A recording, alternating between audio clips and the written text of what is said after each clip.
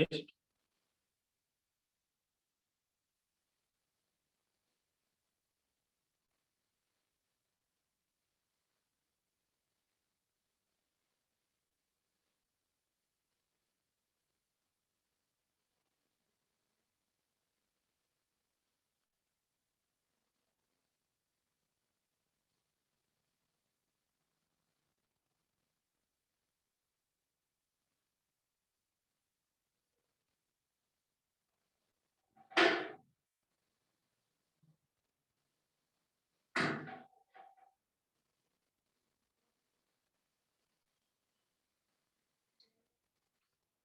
So till this point we have completed.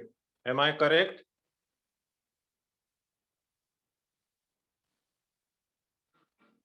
Till this point we have completed. Is it okay?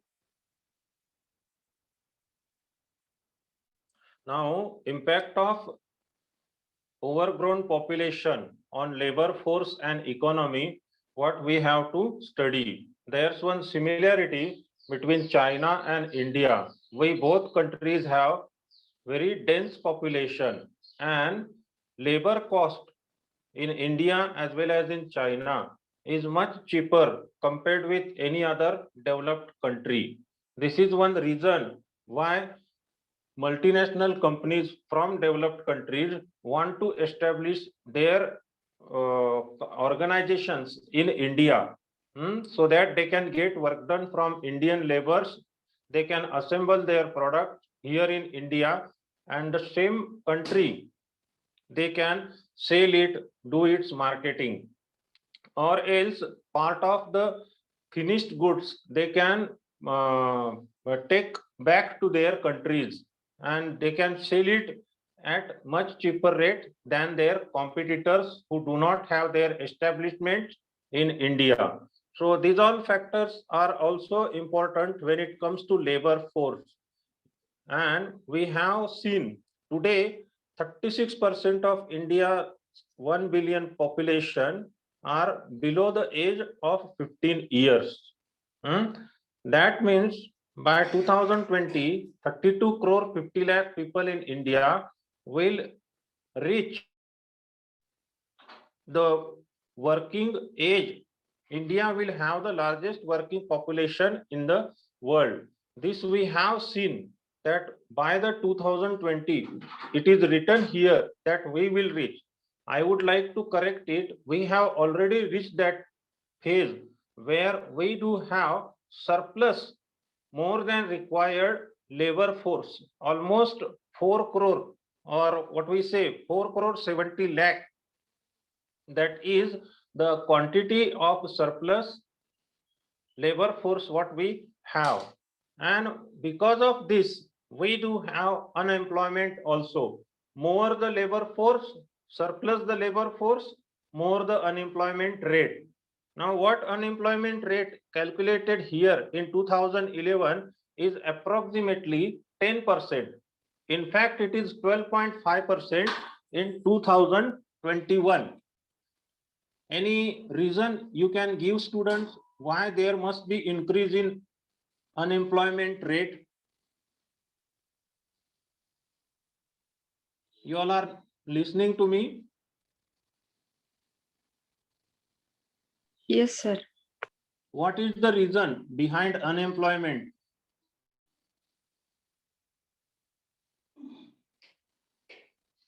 Large population. And large population, okay. Population is a broad term. Our concern, our discussion is happening for unemployment among Indian youth. And this is very much collected with you all people, you young generation.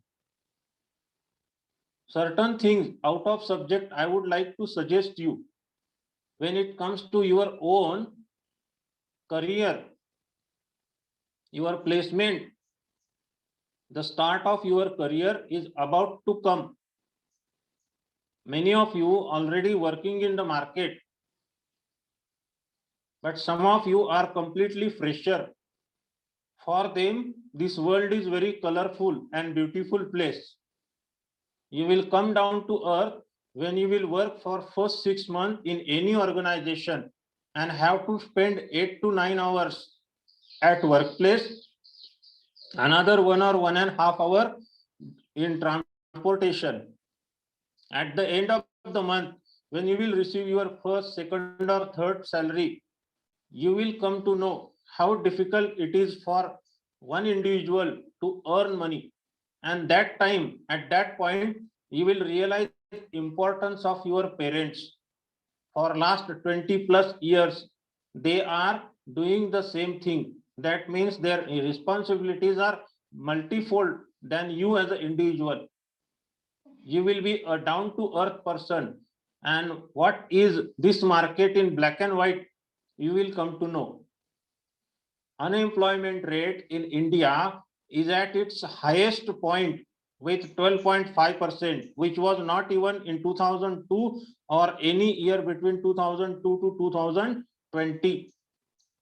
This is happening because of pandemic COVID-19. That's the answer I was expecting from you, student. Another thing, and which is very important, in India, it is generally observed that right person at right place at right time is never found. A person capable of skill, knowledge, and working positive attitude is not found. You will find people working in cooperative bank and credit society who completed their BA in history and Marathi. Do they have any idea of commerce? Just because political influence, they are getting job. Many other needy people who are worth to have that job, they are jobless, having one file with them of their 10th, 12th and degree mark list with some certificates and roaming throughout Pune, Mumbai and their own native place. People with right skill, with right knowledge are required in this market till to date. But we don't have developed such type of skills so that we can be fitted in that specific point. When I am suggesting you for your placement, your qualification will be one formal thing. The real work, the groundwork, what you are supposed to do, you have to be practical, rational. You have to develop your work experience in one specific field, and you are required to attain one place. It will take another 5 to 10 years. Then you will have demand from market. That's the reason unemployment in India is at its highest point. Just because completing education, everything fine will happen with me. Remove this misunderstanding, please. Your qualification is a formal paper, piece of paper for organization where you are about to join. Once they start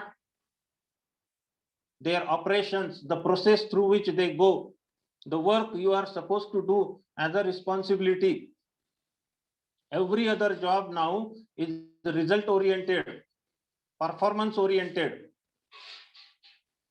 If you think those who are selling insurance, those who are selling personal loan, home loan and vehicle loan only have target, those who are in sales or marketing, they only have to perform their role and they have to achieve target in units or rupee value.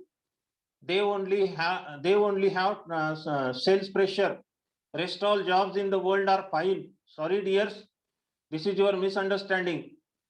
Even if you are in HR, you are required to have in-depth knowledge of labor law.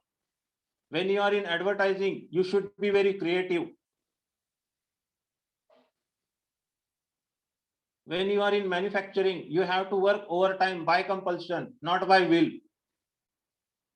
You have to work in shift between 12 in the night to next day morning 8 o'clock, 4 in the afternoon till 12 in the night.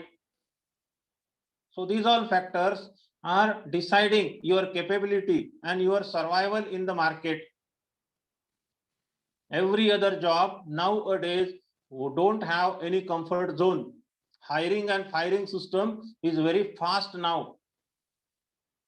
At the most, any organization being new will tolerate you maximum for 3 months. 4th month, you will be kicked out. So remember all these basic things. These all are relevant with unemployment rate in India. I am not deviating my topic of discussion to other things, but this is something of your importance. For you, it is important. That's why I told you. So these all factors, we are not developing ourselves according to market condition. You go to any IT engineer, perhaps many of you must be working in IT field also. Down the line, every 3 months, after every 3 months, they have to practice, study, take knowledge of advanced version of the software they are using. They have to update themselves after every 3 months. It's not that once they start working on one software, years together they are using the same. No. There are advancement, there are advanced versions of the software what they are using. So these all factors make an important point in your career. In decade 1980s, 1990s, even much before that, 60s and 70s, completing education was a big challenge because people was not having money to pay the fees, but jobs were available in plenty quantity. People with specific requirements were not available. They were not ready to go in semi-urban and rural area. Most of them preferred private job in urban area than government job in rural area. So whoever used to come and required to fill up that vacancy, those people were get absorbed easily, accepted easily, and in due course of time they used to have that skill. Nowadays,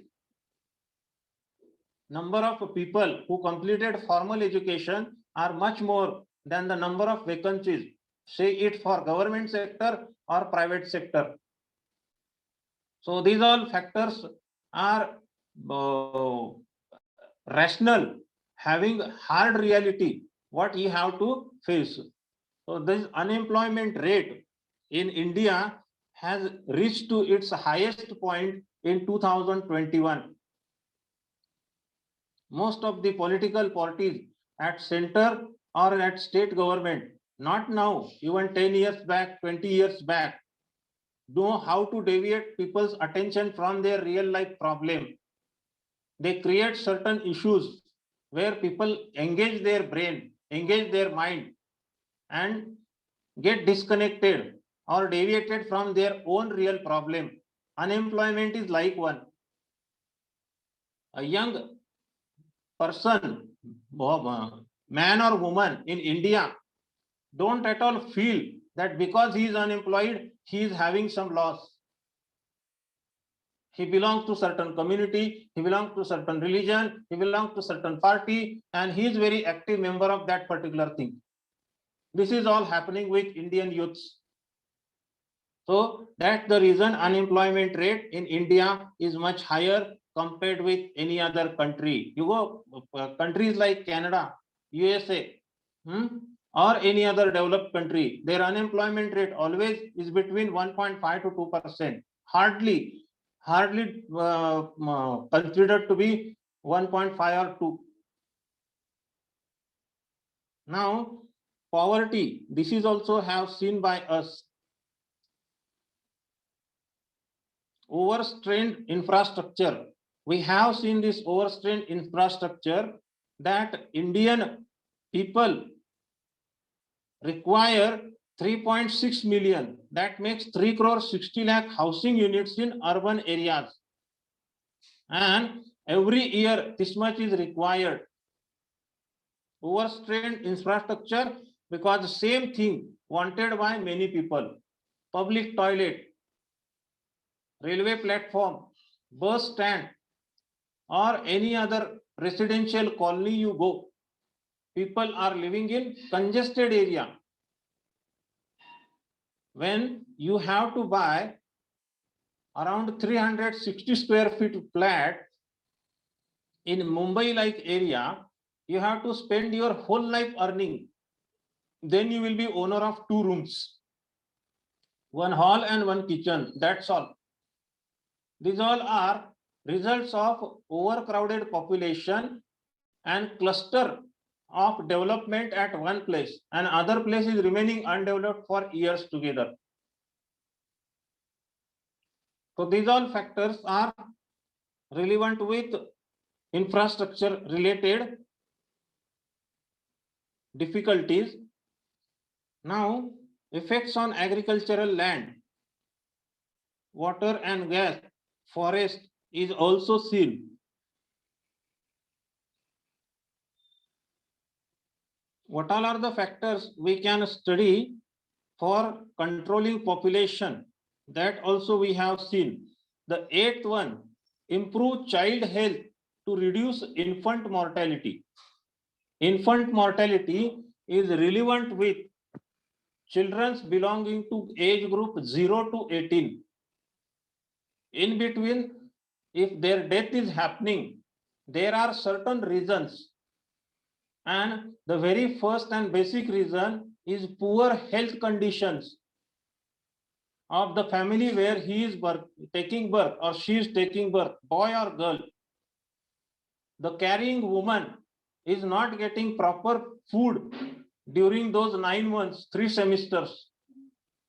It's quite possible that the baby who's taking birth is having difficulties from his birth. After his birth, the whatever nutritious food is required for her to grow, for him to grow, is not given because of poor living standards of his parents. And in later stage, he is not taken care with proper vaccination, sanitization, cleanliness, personal hygiene, and all these things.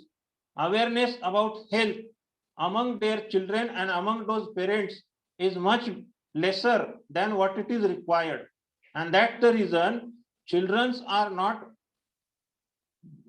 taking birth or having their upbringing as a healthy one.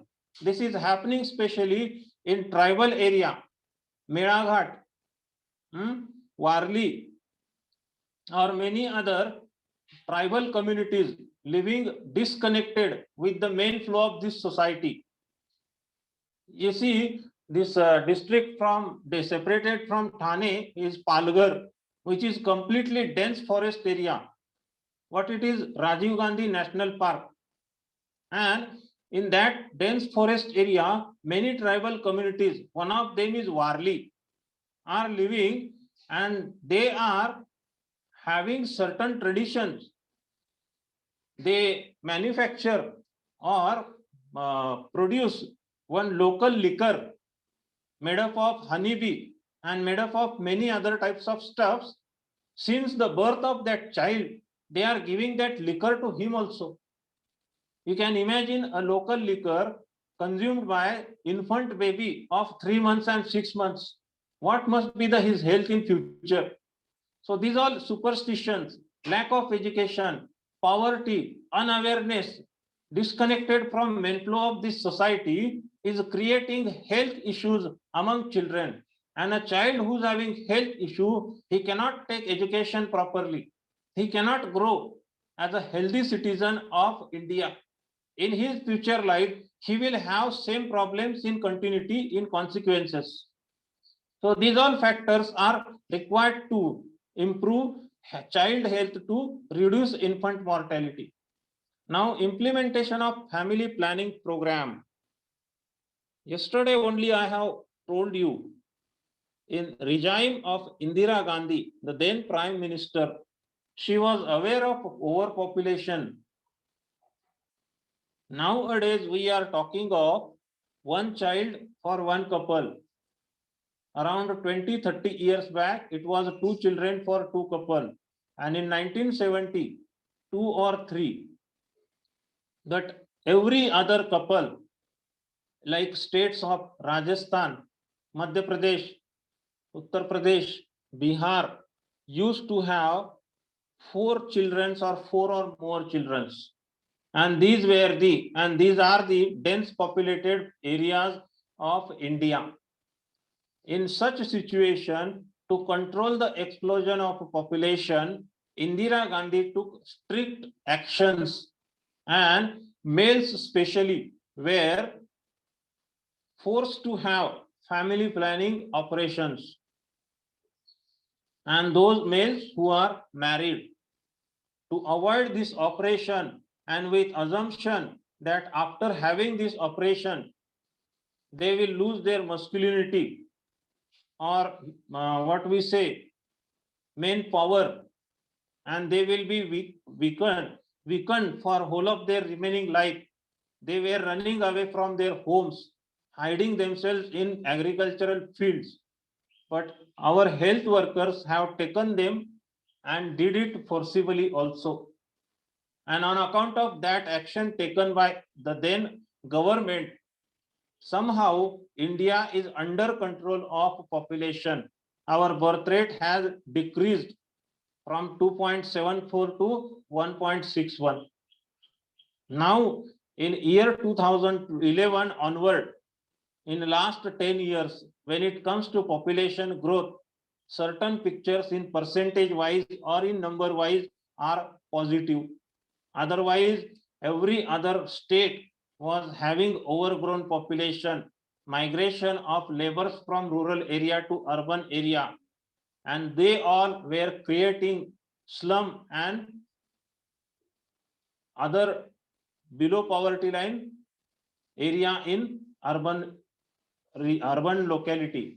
Slum development was happening. Slums were getting created, which is not at all in favor of any city's development. So these all factors were relevant with overgrown population, and implementation of family planning program is taken granted that a woman has to choose one family program among many options available. It is taken granted by married men that woman has to get herself operated for family planning operations. And this is happening because of social influence or culture and male dominance over female.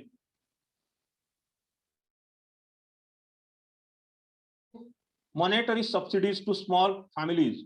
When if a person is keeping his family small, he will be given certain subsidies as an incentive, as a motivation to have small family.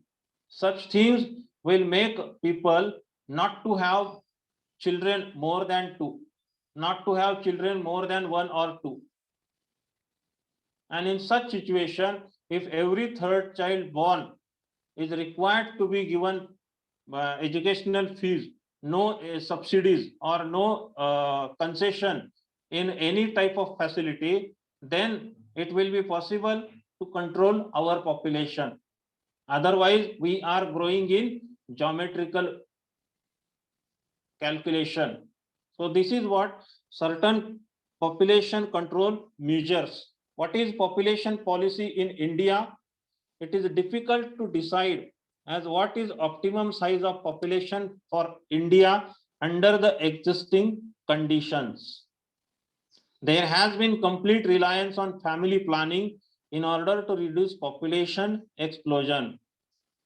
When we have to think of increasing population, the reasons behind its increase and overgrowing, its relevant with its root cause is said to be population experts who have done analysis and research on overgrowing population for years together. It is a root cause found is children's more than 2 or 3 in every Indian couple. And because they are having more than 2 children or even 2 children, they are growing in multifold. What population today belongs to age 10, 15 or 18, down the line 10 years, they will have double than the population what it is from that group. If suppose population between or below 15-year age is 36 crore. Earlier we have seen these PPTs. Within that 36 crore, if male female ratio is calculated, that is 47 to 53%. 47% of females, 53% of males. If 36 crore is the population below age 15, after 10 years or 15 years, they will grow up and they will have 2 children or more than 2 children per couple. Now what will happen? Another 70 crore population belonging to age group 0 to 5 will be added in our country's population. So this is what reason of family planning. Reason behind increase of population is unplanned families. So that ones is required to have family planning in order to reduce population explosion. The National Family Planning Program was launched in 1951 and was the world's first governmental population stabilization program. World's first governmental population stabilization program. Now, low female literacy level and the lack of widespread availability of birth control methods is hampering the use of contraception in India. Lack of availability of birth control methods. We have seen how well our healthcare system worked during pandemic. For sake of 0.01% people who require life support system, that was not available. Whichever primary health center you go or government hospital, every other corner of wall will have spitting with gutka and pan. That place is meant for good health of people who are not feeling well or who are suffering from some ailment, some disease. To the contrary, all those places of healthcare institutes run by government are cause of disease. Now, family planning accepted and practiced effectively in some of the states in India. Those states are Kerala, Goa, Maharashtra, and certain northeastern states also, those which are small in size. Education and awareness needed about family planning. Government is providing free of cost male sterilization program. That means family planning accepted by males, and that is done free with proper advertising also, and they are giving for that person 1,700 rupees after having that family planning operation. It's not major one. It never reduces your powers too, and you can work normally from very next day. But people, especially males, are preoccupied with family planning operation meant for males. So these all factors are not controlling our population. Population development in China and India, two of the world's fastest growing economies. China and India also happen to be the world's two most populous nations.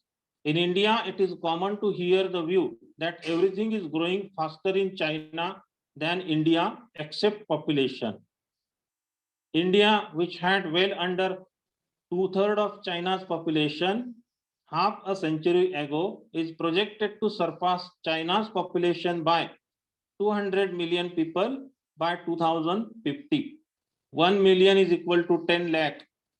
10 million is 1 crore. 100 million is 10 crore and 200 million is 20 crore. So by 2050, we will be surplus of 20 crore than China. If China's population in 2050 will be 150 crore, ours will be 170 crore. These all factors are threatening to our economy. Every other aspect which is created for, maintained for human well-being within India is going to hamper. So I am here to conclude this subtopic. In fact, it took me 1+ lecture, but without avoiding any point, I have to continue. So you will understand what it was. When it comes to government, business and society, population, unemployment, economic development, all these factors are correlated. And without going into their depth, it is difficult to understand this particular subject. The title of this subject or this paper is Government, Business and Society. Now, when it comes to government, business and society, for a country like India, government of India, businesses in India, and society in India is every other way connected with our population, our economic policies, our development, and impact of population on all sectors. So what is conclusion given here? India is still attaining its high rates of economic growth despite the rise in population. This is very surprising, but we don't have to take it as surprise, because we Indians are very hardworking. We adjust ourselves with any situation wherein we are. During morning rush hours of traffic, we know how to reach our office. Whether we are from very small villages and have to migrate in the places like Hyderabad, Mumbai, or Bangalore, we adjust ourselves. We develop our skill, knowledge, and attitude towards our profession. Whichever country in the world you count, for example, at least few thousand Indians are residing there, whether it's Canada, America, Japan, Germany, or England. We have our people residing there and helping in contribution of India's growth. Yet there are rising problems in India concerning poverty, unemployment, significant increases in the demand for food, water, and energy. Because of overpopulation, increasing population, demand for food is increasing, demand for water is increasing, that's to pure water, and demand for energy is also increasing. It became necessary to control population growth.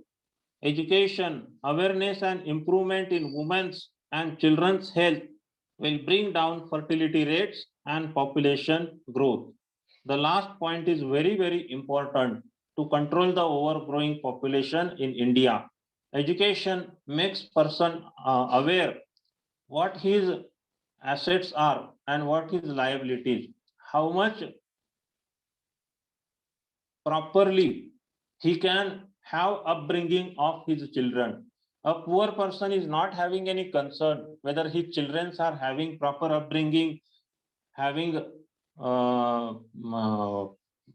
passing of moral values, living in ethical way, having certain standard of living, or all these things. A poor person is least bothered. Now, education is creating awareness among parents that their children should live in proper living standards. They should have upbringing up to certain standard.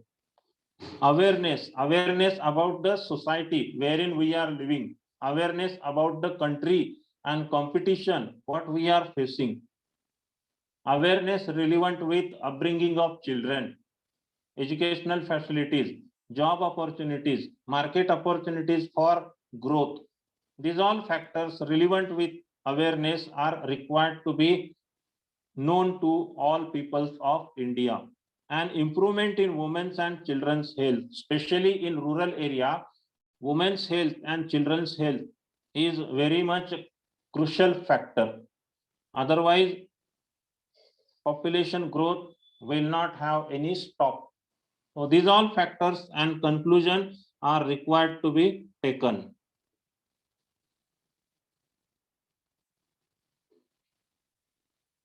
So Our next important topic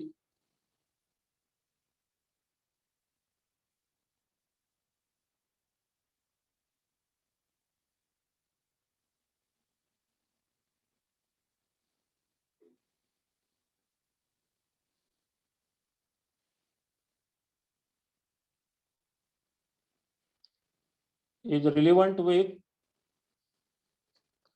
privatization. In another 20 minutes, I will finish it. Not a problem.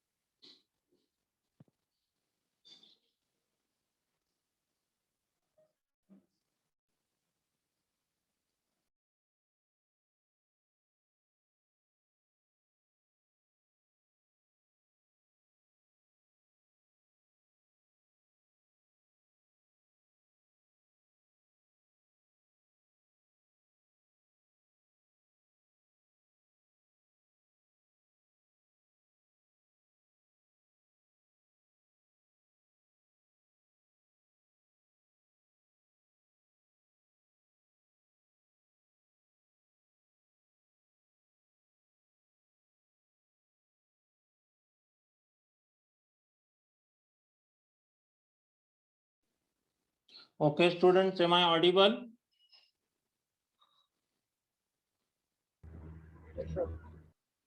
Okay, please be little louder. Am I audible? Yes, sir. Okay. Let me share the second subtopic.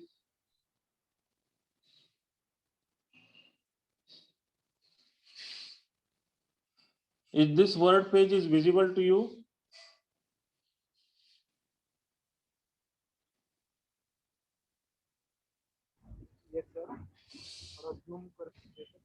Okay.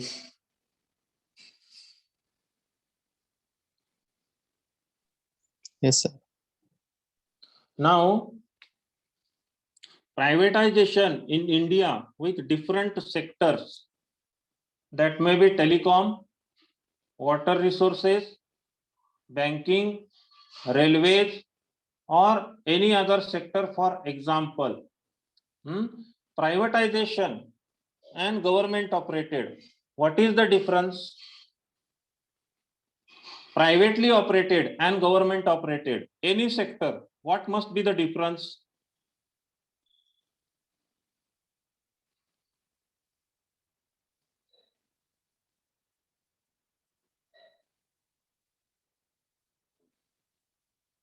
Very simple thing. You are availing transport service from Maharashtra State Road Transport Corporation. That is government operated. And when you travel by Nita Volvo, Manish Volvo, or for that sake any other private transporter from Mumbai to Pune, Pune to Delhi, Delhi to Agra, whatever place it may be, that is private one. You got it? Government do have its own services given to common public. In any sector you take as an example, healthcare. We have healthcare system in India with government hospitals.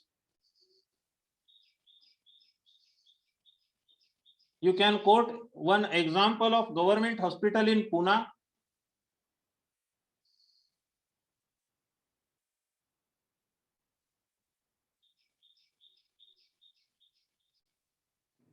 Near to Pune station, which hospital is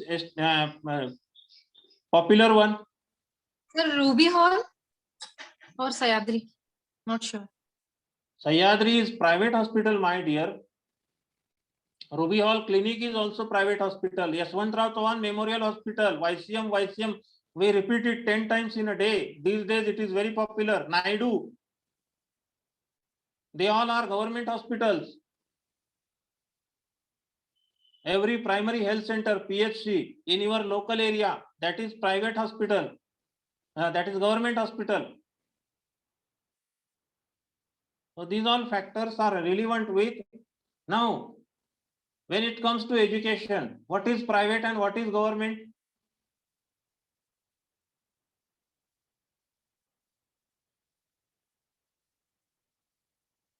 All the ZP schools, municipal schools are government educational institute, and all the English medium schools, CBSE schools, coaching classes, they are private. Simple thing. Now let's see with this word file. I will go through this file and we will come to know what is the privatization effect on Indian different sectors. One of the most ambitious plans to emerge from India's recently announced union budget was the government's proposal to privatize state-owned companies in the coming years. State-owned companies, MSEDCL, is a state-owned company. This is an important step in India's program of reforms to achieve long-term sustainable growth. When we have to think of growth in long term and to give better services to people of this country, we have to improve our quality of service. And on account of competition increasing in private sector, government cannot remain behind, because whatever profit is collected from public through services provided, the same is used for development of people. What if a private sector will dominate the entire market? Profit earned from private sector will remain with the company management and not with the government. They will pay just taxes, but profit as such in huge amount will remain with the management of that company, owner of that organization.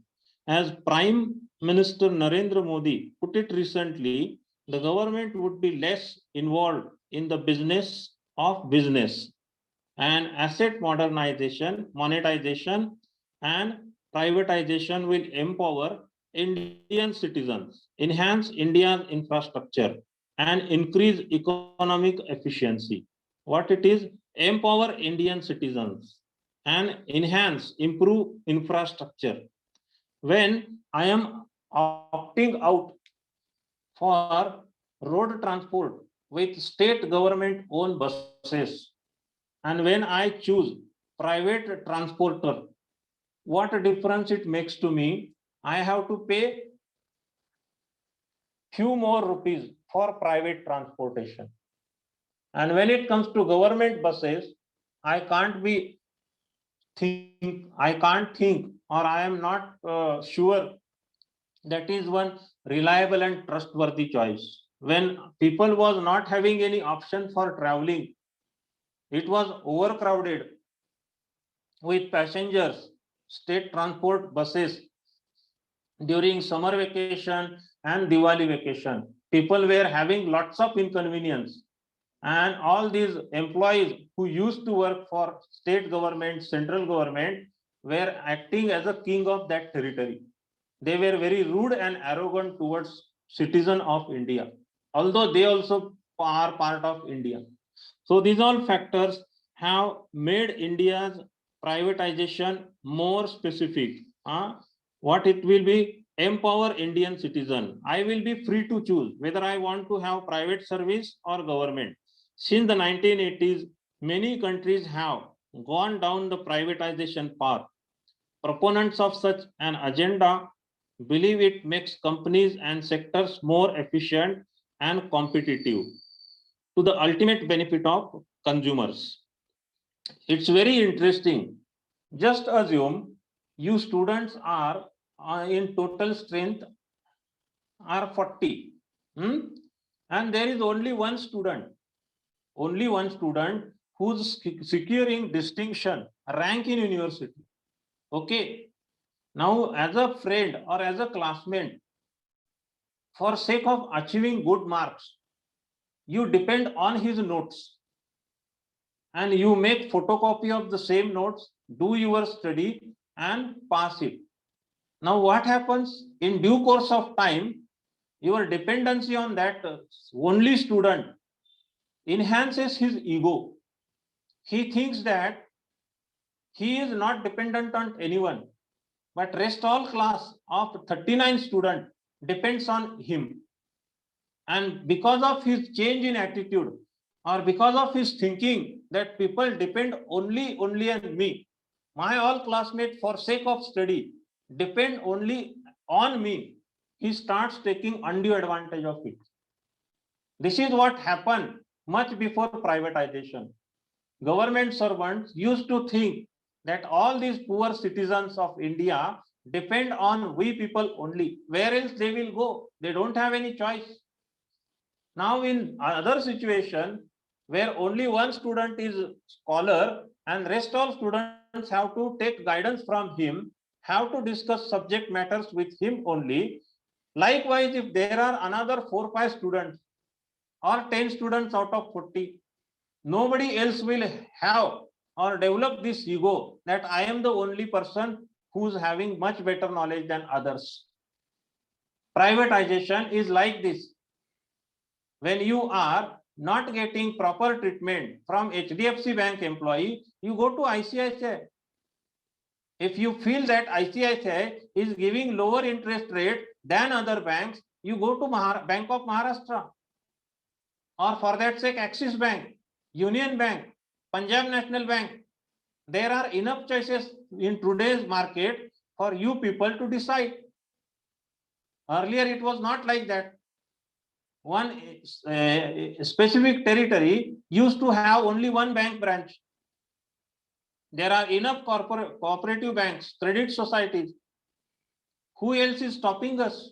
So these all factors are important. Now,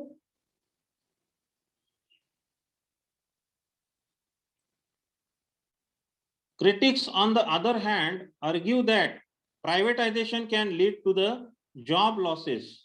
Privatization can lead to the job losses and in some cases, higher cost for the public. There is no single privatization model that fits all, but we have seen many success stories in other countries that demonstrate how privatization is beneficial to the long-term growth and sustainability of companies as well as the country. And the Indian government deserves to be commended for its plan. In Japan, the national railway system, Japanese National Railways, had been operating with big losses each year before its privatization began in 1987. This program eventually broke the company up into 6 regional passenger rail companies and 1 freight rail company. More than 3 decades later, Japan National Railways privatization is widely viewed as a success. Now, when it comes to privatization of railways in India, it is not going to happen practically for 100%, but part of India's railways specific tracks will definitely have privatization. Now, if Indian railways will have privatization, definitely there will be certain NGOs or public awareness groups, social groups, human rights groups will come in its opposition. You have any idea when we are spending 57 paise for buying a ticket, another 43 paise are borne by Indian government. The ticket what we are purchasing for traveling through general compartment, non-AC compartment or AC compartment, we are not paying full. Remaining amount it adjusted by Indian Railways through its carriage service, goods service and other parts of or other sectors of development. That way, our traveling as a passenger for Indian Railways is not generating any profit. When Mr. Lalu Prasad Yadav was railway minister.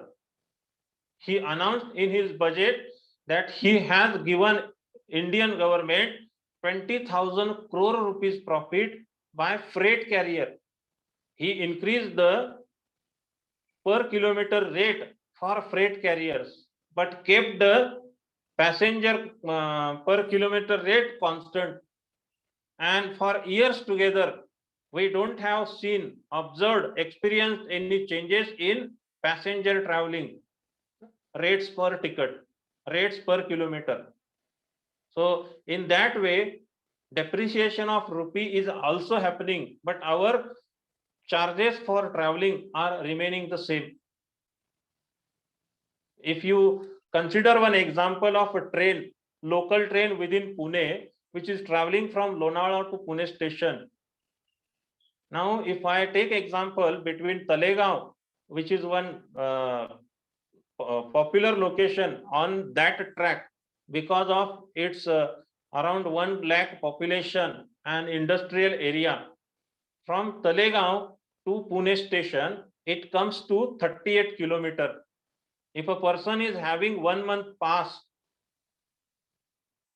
for general compartment, it's available at the rate of 180 rupees for the entire month. Per day cost for him is 6 rupees.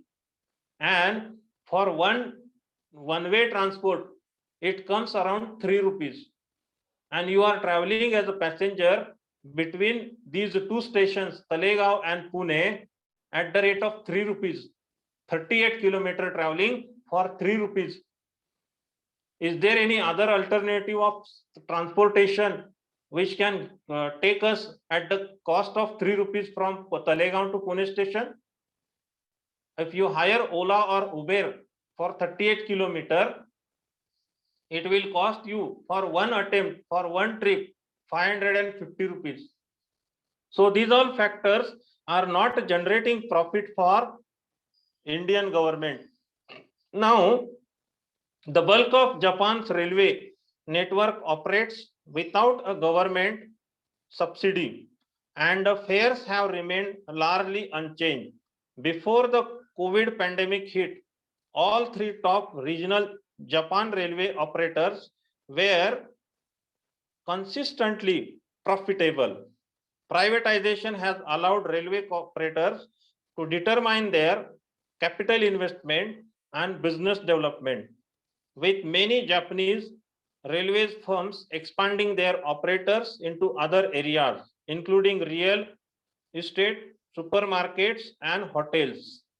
Another example of benefits of privatization is asset recycling. The government monetizes existing infrastructure assets through their sale to the private sector and then invest the proceeds in new project or long-term investment funds. This is particularly important as countries around the world took to rebuild their economies after the pandemic. India has recently announced a national asset monetization pipeline to fund much needed infrastructure and welfare schemes. Consider the example of Australia, which has been a leader in asset recycling. The country's asset recycling initiative provided material top-up incentives from the federal government of state governments to reinvest asset sales proceeds in new infrastructure and helped kickstart several major projects involving over a $15 billion of new infrastructure spending, including the Sydney Metro train project. Now, how to have our government owns land. Government is owing land almost entire India. Now, when certain organizations want to develop education in semi-urban or rural area, the per square feet land which is sold to them is not even costing them per square feet 1 rupee or 2 rupee. They are selling at much cheaper rate. Now, certain agricultural land in Chakan or Talegaon area, even in Nashik, where automobile hub is developing and has developed, having rank in entire India. What they do, those all agricultural land who's coming into MIDC, occupied land for government, they are sold at the rate of much higher than market, and farmers who are selling their agricultural land to MIDC and to companies coming from other countries to India or Indian origin company are selling them at the rate of lakhs and crores. So that way they are also getting benefit. Australian state government have also used asset privatization to gain long-term balance, stability and offset debt. CPP investment was part of consortium to purchase a stake in the West Connex toll road in Sydney when the New South Wales state government sold 51% of its holding in 2018. The state generated a 9.3 billion US dollar in proceeds for the government, 7 billion of which was used to seed a new long horizon state investment fund to reduce state debts and finance projects for community services and facilities. The New South Wales state government is now looking to sell its remaining stake in WestConnex, the proceeds of which will also go into state's investment fund and enable future infrastructure projects. So all these examples of privatization are having betterment and increase in living standard. Part of privatization is always opposed, but with the growing competition in market and infrastructure development by other non-government parties, government is losing its share. You must have seen how much share of BSNL in private compared with private telecom operating companies is now available. BSNL is almost out of market. So these are the advantages of privatization. Next part we will continue tomorrow. Thank you. Bye.